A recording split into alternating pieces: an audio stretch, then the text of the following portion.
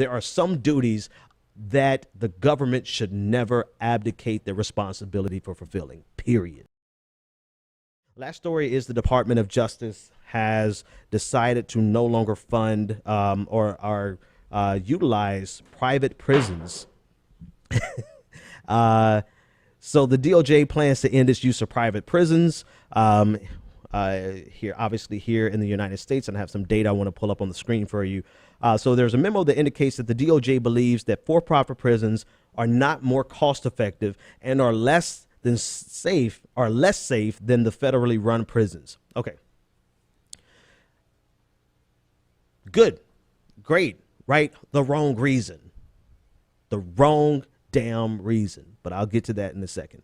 Quote, they simply do not provide the same level of correctional services, programs, and resources. They do not save substantially on costs. And as noted in a recent report by the department's Office of Inspector General, they do not maintain the same level of safety and security, Yates wrote. Another quote, the fact of the matter is that the private prisons don't compare favorably to the Bureau of Prisons facilities in terms of safety, security, or services. And now with the decline in the federal prison population, we have both the opportunity and the responsibility to do something about that. Great. I'm happy to hear that. I even went and got an applause track for you. But that's the wrong reason, in my opinion.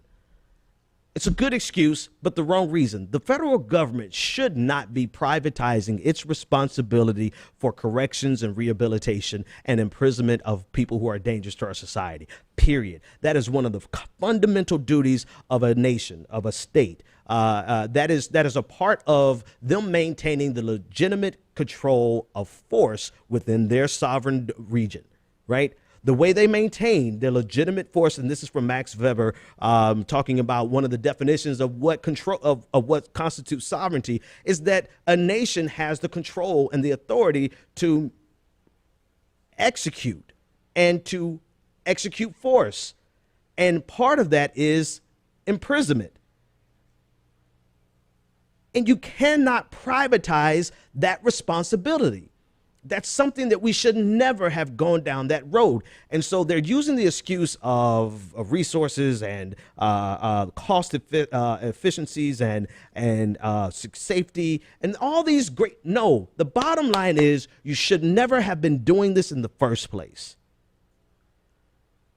But we're coming through an era, and hopefully we're on the opposite side of this curve where everything was about privatization, because we believe that private corporations could do a better job than the government in every capacity. But the fact of the matter is that's not only is that assumption not true, but also there are some duties that the government should never abdicate their responsibility for fulfilling, period. And this is definitely one of them.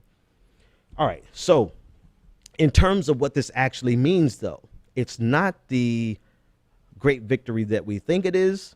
It's not nothing. It's not the victory that we thought. It's not nothing. It is something, but it's not everything. I'm going to pull some numbers on your screen right now.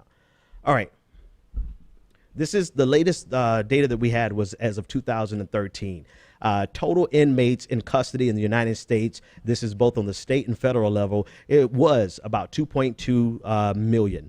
That number has gone down since then, and this is what was indicated in the report. Since there is a decline, they're saying now is an opportunity for us to take a look at no longer using private services. If you look underneath federal prisoners, total federal prisoners in the United States is, as of 2013 was 215,000. Of those 215 total federal prisoners, only 31,000, about 32,000 were imprisoned in privately operated facilities. So a very small fraction. The rest are held in state facilities, 1.27 in total in state facilities, both private and state run. The bulk of everyone else is in the state facility or being held in a federal facility. So there's about 31,000 as of 2013. And I do believe that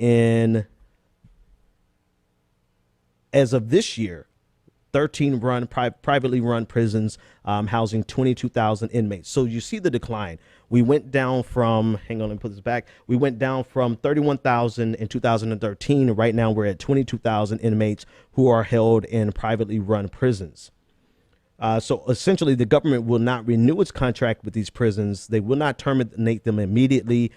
So it's going to be a phasing out as each contract ends.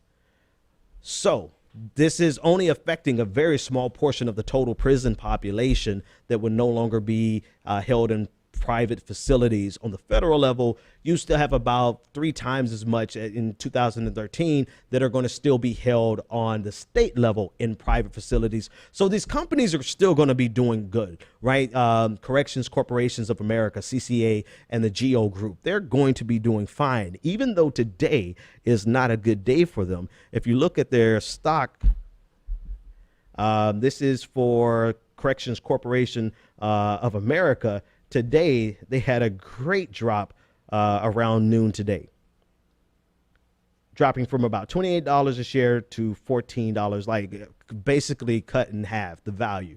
You know, a lot of people are afraid. The GO Group, very similar, down from just above $32 a share down to about $19.66 a share. So even though today is a bad day for them, and even though we feel like today is a good day for people who oppose private facilities, the reality of it is they're not going anywhere, because unless we address this on the state level, we still have an abdication of duty by our government to imprison people who are dangerous to our society and to provide correction and rehabilitation services for people who have broken the law.